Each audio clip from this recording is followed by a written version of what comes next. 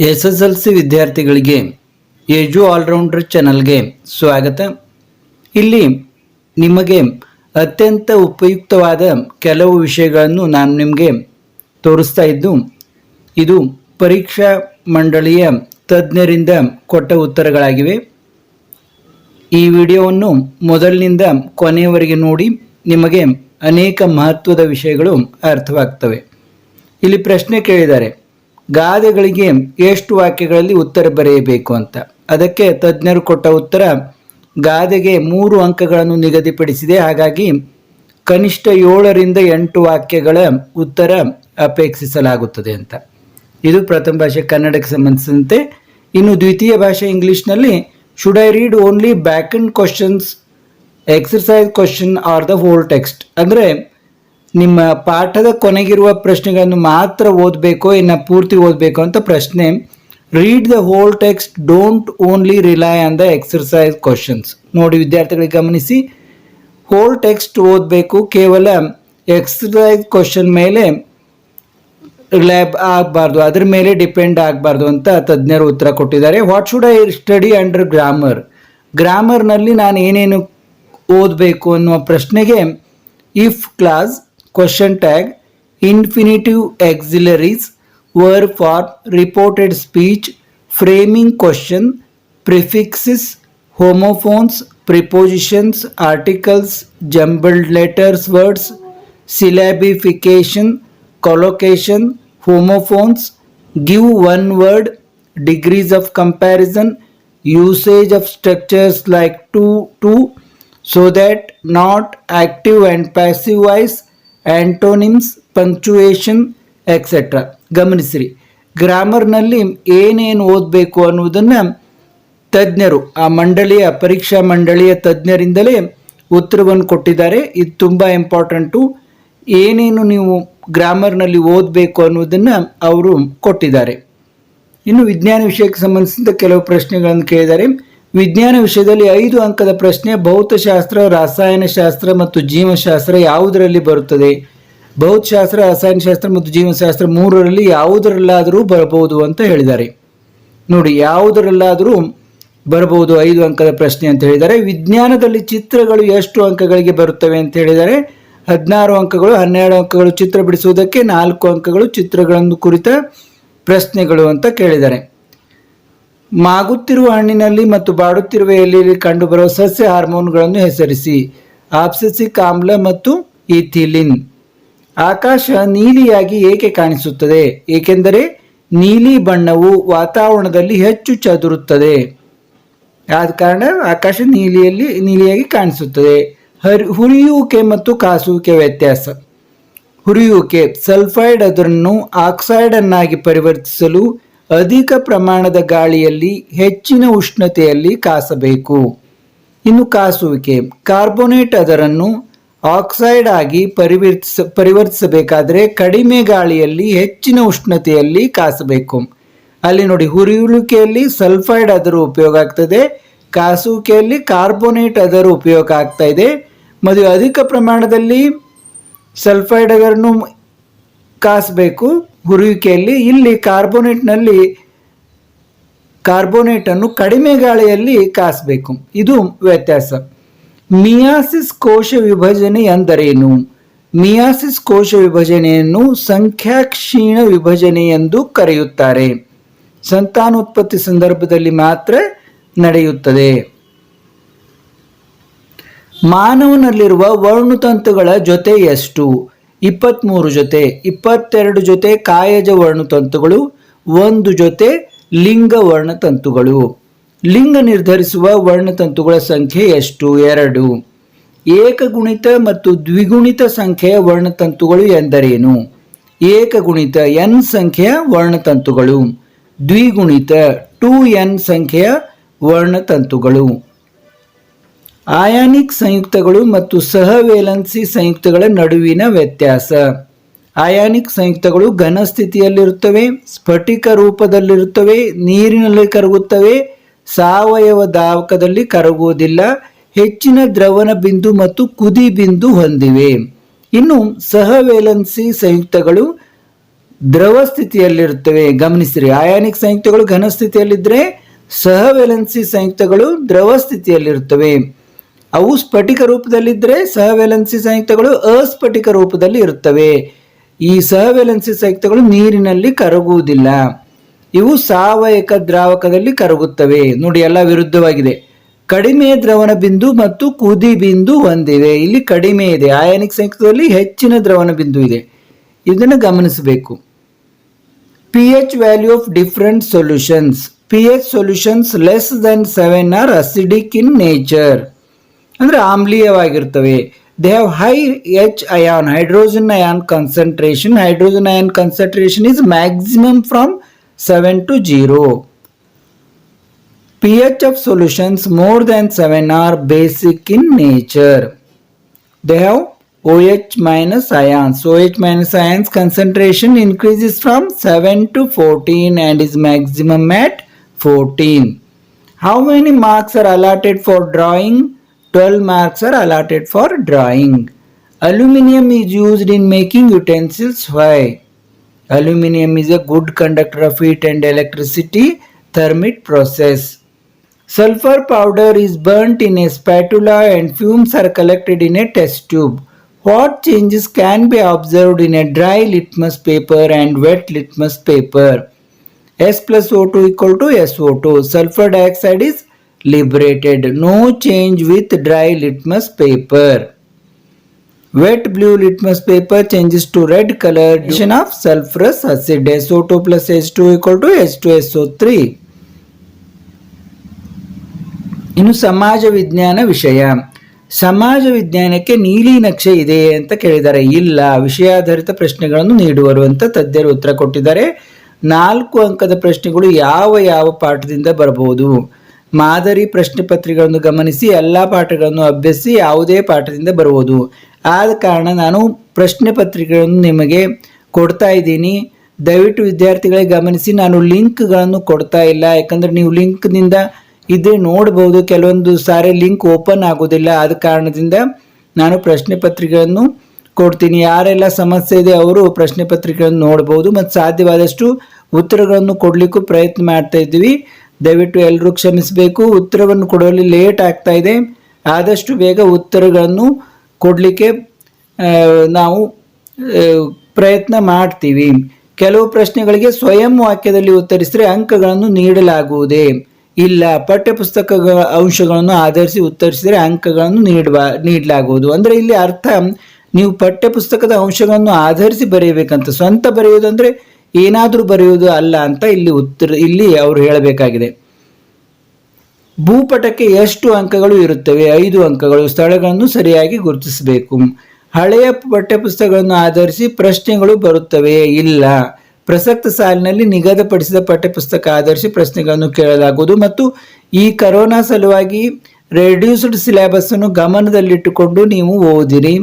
ಬಿಟ್ಟು ಹೋದ ಭಾಗಗಳಿಂದ ಪ್ರಶ್ನೆಗಳನ್ನು ಕೇಳಲಾಗುವುದಿಲ್ಲ.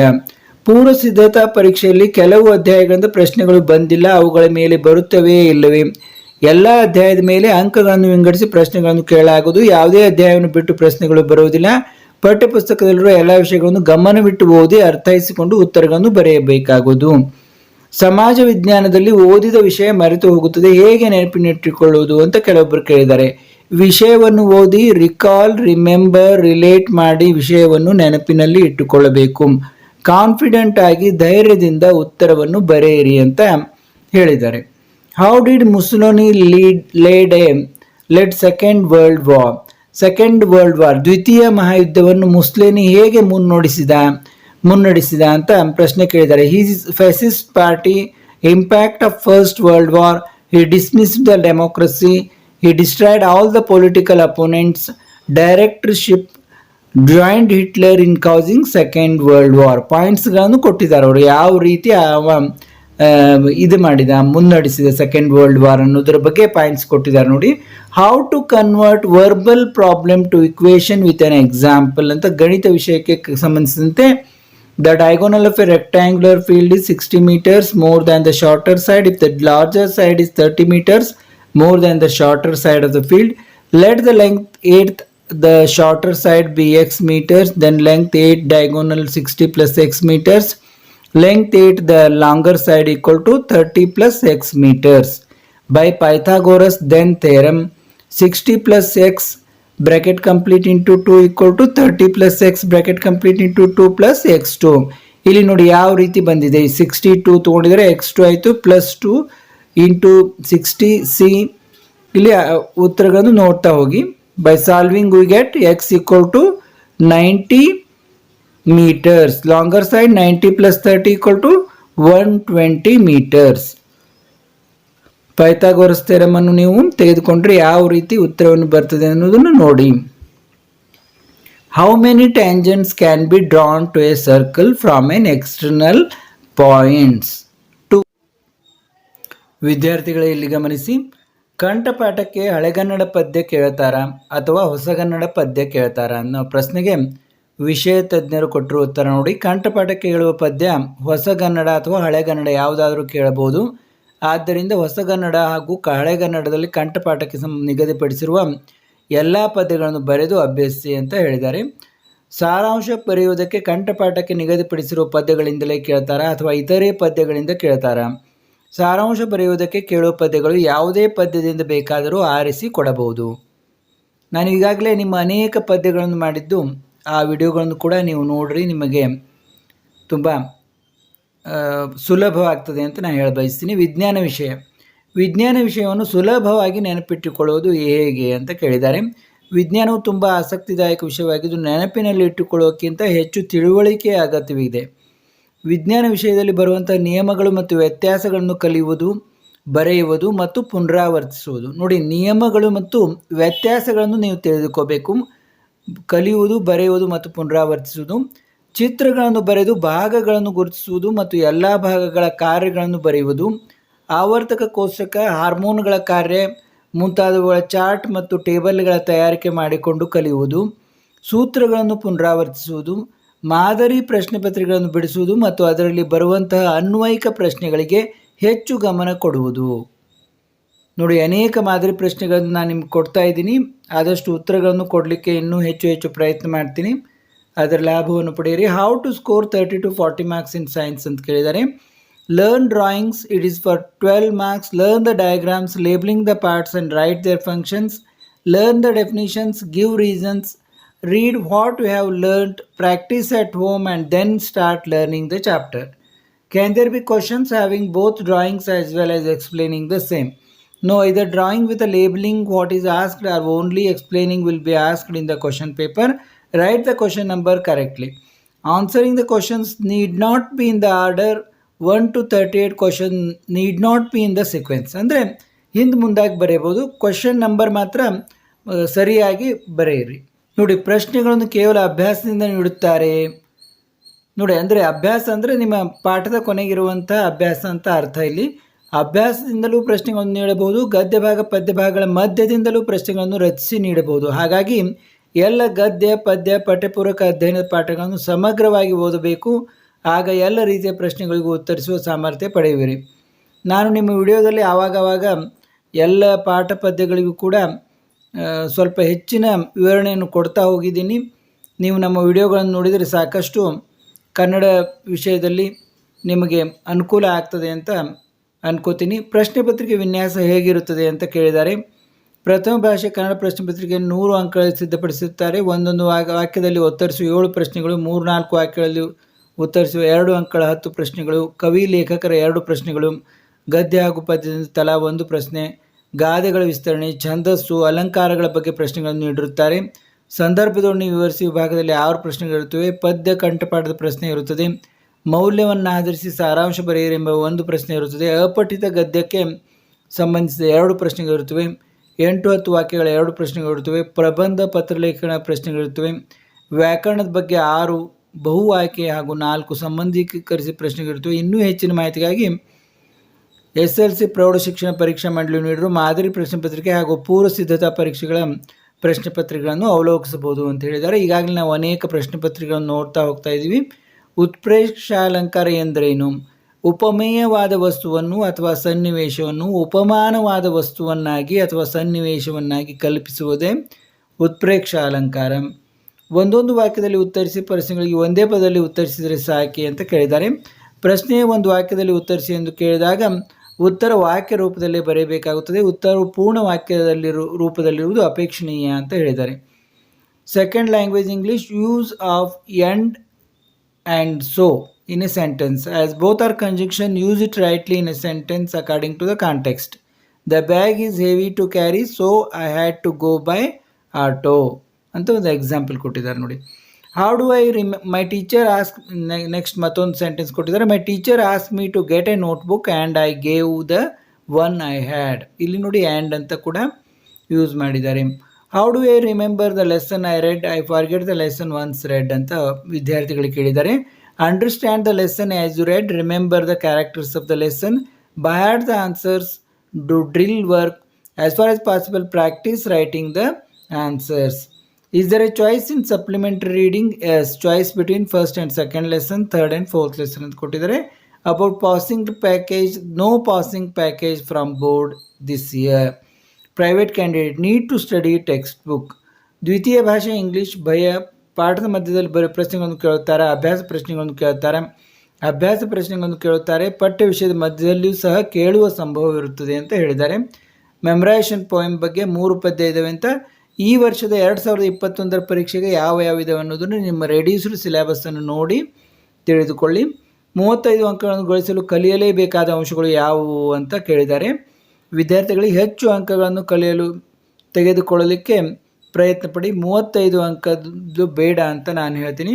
ರಾಜ್ಯ ಮಟ್ಟದ SLC ಮಂಡಳಿ ವತಿಯಿಂದ ನಡೆದ ಪೂರ್ವ ಸಿದ್ಧತಾ ಪರೀಕ್ಷಾ ಮಾದರಿಯಲ್ಲಿ ಹಾಗೂ ಮಾದರಿ ಪ್ರಶ್ನೆಗಳನ್ನು ಆಧರಿಸಿ ಸಂಭವನೀಯ ಪರಿಕಲ್ಪನೆಗಳು, ಪ್ರಮೇಯ, ಲಕ್ಷ್ಯ ರಚನೆಗಳು, ನಕ್ಷೆ, ಸಂಖ್ಯಾಶಾಸ್ತ್ರದಿಂದ ಸರಾಸರಿ, ಬಹುಲಿಕ, ಮಧ್ಯಾಂಕ, ವಾಸ್ತವ ಸಂಖ್ಯೆಗಳು ಇಂದ ಅಭಾಗಲಬ್ಧ ಸಂಖ್ಯೆ ಎಂದು ಸಾಧಿಸಿ ಇತ್ಯಾದಿಗಳು ಬಹುಮುಖ್ಯ ಅಂಶಗಳು. ಪೂರ್ವ ಸಿದ್ಧತಾ ಪರೀಕ್ಷಾ ಮಾದರಿ ಹಾಗೂ KCBA ಮಾದರಿ ಪರೀಕ್ಷೆ ಪ್ರಶ್ನೆಗೆ ಆಧರಿಸಿ ಅಭ್ಯಸಿಸಿದರೆ ಉತ್ತಮ ಅಂಕ ಗಳಿಸಬಹುದಾಗಿದೆ ಅಂತ ಗಣಿತ ವಿಷಯದಲ್ಲಿ ಹಿಂದುಳಿದಿರುವಂಥ ವಿದ್ಯಾರ್ಥಿಗಳು ಒಂದು ಹೆದರಿಕೆಯಿಂದ ಕೇಳಿರುವಂಥ ಪ್ರಶ್ನೆ ಇದು. ಅದಕ್ಕೆ ಯಾವ್ಯಾವು ಇಂಪಾರ್ಟೆಂಟ್ ಅನ್ನೋದನ್ನು ವಿಷಯ ತಜ್ಞರು ಹೇಳಿದ್ದಾರೆ. ಇವನ್ನು ನೋಡ್ಕೊಳ್ಳಿ.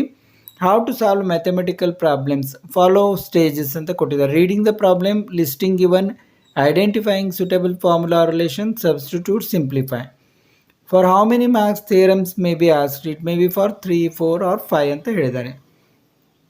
ಇನ್ನು ವಿಜ್ಞಾನ ವಿಷಯಕ್ಕೆ ಆಲ್ಕೇನ್, ಅಲ್ಕೀನ್ ಮತ್ತು ಅಲ್ಕೈನ್ ಬಗ್ಗೆ ಮಾಹಿತಿ ಅಂತ ಕೊಟ್ಟಿದ್ದಾರೆ. ಉತ್ತರವನ್ನು ಕೊಟ್ಟಿದ್ದಾರೆ ನೋಡಿ. ಸಾಮಾನ್ಯ ಸೂತ್ರ ಪರ್ಯಾಪ್ತ, ಅಪರ್ಯಾಪ್ತ, ಅಂತ್ಯ ಪ್ರತ್ಯಯ ಏನ್, ಇನ್, ಐನ್ ಅಂತ ಬರ್ತವೆ. ಮೊದಲ ಸದಸ್ಯ ಮೀಥೇನ್, ಈಥೀನ್, ಈಥೈನ್ ನೋಡಿ. ರಚನಾ ಸೂತ್ರ ಹಾಗೂ ಅಣುಸೂತ್ರ ಕಲಿಯುವುದು ಅಂತ ಕೊಟ್ಟಿದ್ದಾರೆ. ವಿಜ್ಞಾನ ವಿಷಯದಲ್ಲಿ ಅನುವಂಶೀಯತೆ ಮತ್ತು ಜೀವ ವಿಕಾಸ ಪಾಠದ ಪುಸ್ತಕದಲ್ಲಿ ಇರುವ ಹಾಗೆ ಬರೆಯಬೇಕೆ ಅಂತ ಕೇಳಿದ್ದಾರೆ. ಇರುವ ಹಾಗೆ ಬರಬೇಕಿಲ್ಲ. ಅನ್ವಯಿಕ ಪ್ರಶ್ನೆಗಳಿಗೂ ತಕ್ಕ ಉತ್ತರಗಳನ್ನು ಸ್ವಂತವಾಗಿಯೂ ಬರೆಯಬಹುದು ಅಂತ ಹೇಳಿದ್ದಾರೆ. ರಾಜ್ಯ ಮಟ್ಟದ ಪೂರ್ವ ಸಿದ್ಧತಾ ಪರೀಕ್ಷೆ ಪ್ರಶ್ನೆ ಪತ್ರಿಕೆಗಳನ್ನು ಪರೀಕ್ಷೆಗೆ ಓದಿಕೊಳ್ಳಬೇಕೆ ಅಂದಾಗ ಹೌದು, ಓದಿಕೊಳ್ಳಬೇಕು. ಸಂಪೂರ್ಣ ಪಠ್ಯಪುಸ್ತಕ ಮತ್ತು ಮಾದರಿ ಪ್ರಶ್ನೆ ಪತ್ರಿಕೆಗಳನ್ನು ಓದುವುದು ಉತ್ತಮ. ಸಮಾಜ ವಿಜ್ಞಾನ ವಿಷಯ ಪ್ರಶ್ನೆ ಪತ್ರಿಕೆ ಸ್ವರೂಪದ ಬಗ್ಗೆ ಹಾಗೂ ಸಮಾಜ ವಿಜ್ಞಾನದಲ್ಲಿ ಅಭ್ಯಾಸ ಪ್ರಶ್ನೆ ಪಾಠಗಳ ಒಳಗಿರುವ ಪ್ರಶ್ನೆಗಳನ್ನು ಕೇಳುತ್ತಾರೆ. ಅಭ್ಯಾಸ ಪ್ರಶ್ನೆ ಹಾಗೂ ಪಾಠಗಳನ್ನು ಓದಿಕೊಳ್ಳಬೇಕು. ಪ್ರಶ್ನೆ ಪತ್ರಿಕೆ ಸ್ವರೂಪ ತಿಳಿಸಲಾಯಿತು.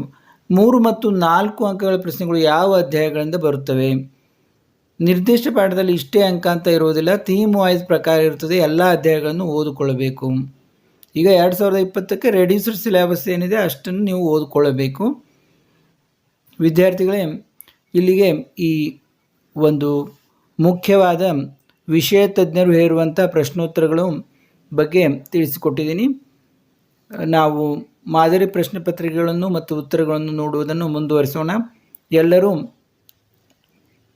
ನಮ್ಮ ಚಾನಲನ್ನು ನಿರಂತರವಾಗಿ ನೋಡಿ ಹಾಗೂ ನಾವು ವಿಡಿಯೋಗಳಲ್ಲಿ ನಿಮಗೆ ಅತ್ಯಂತ ಉಪಯುಕ್ತವಾದ ಮಾಹಿತಿಯನ್ನು ನೀಡ್ತಾ ಇರ್ತೀವಿ. ನಿಮ್ಮ ಗೆಳೆಯರಿಗೂ ಕೂಡ ತಿಳಿಸಿ. ಸಬ್ಸ್ಕ್ರೈಬ್ ಆಗದವರು ಸಬ್ಸ್ಕ್ರೈಬ್ ಆಗಿ. ಎಲ್ಲರಿಗೂ ವಂದನೆಗಳು.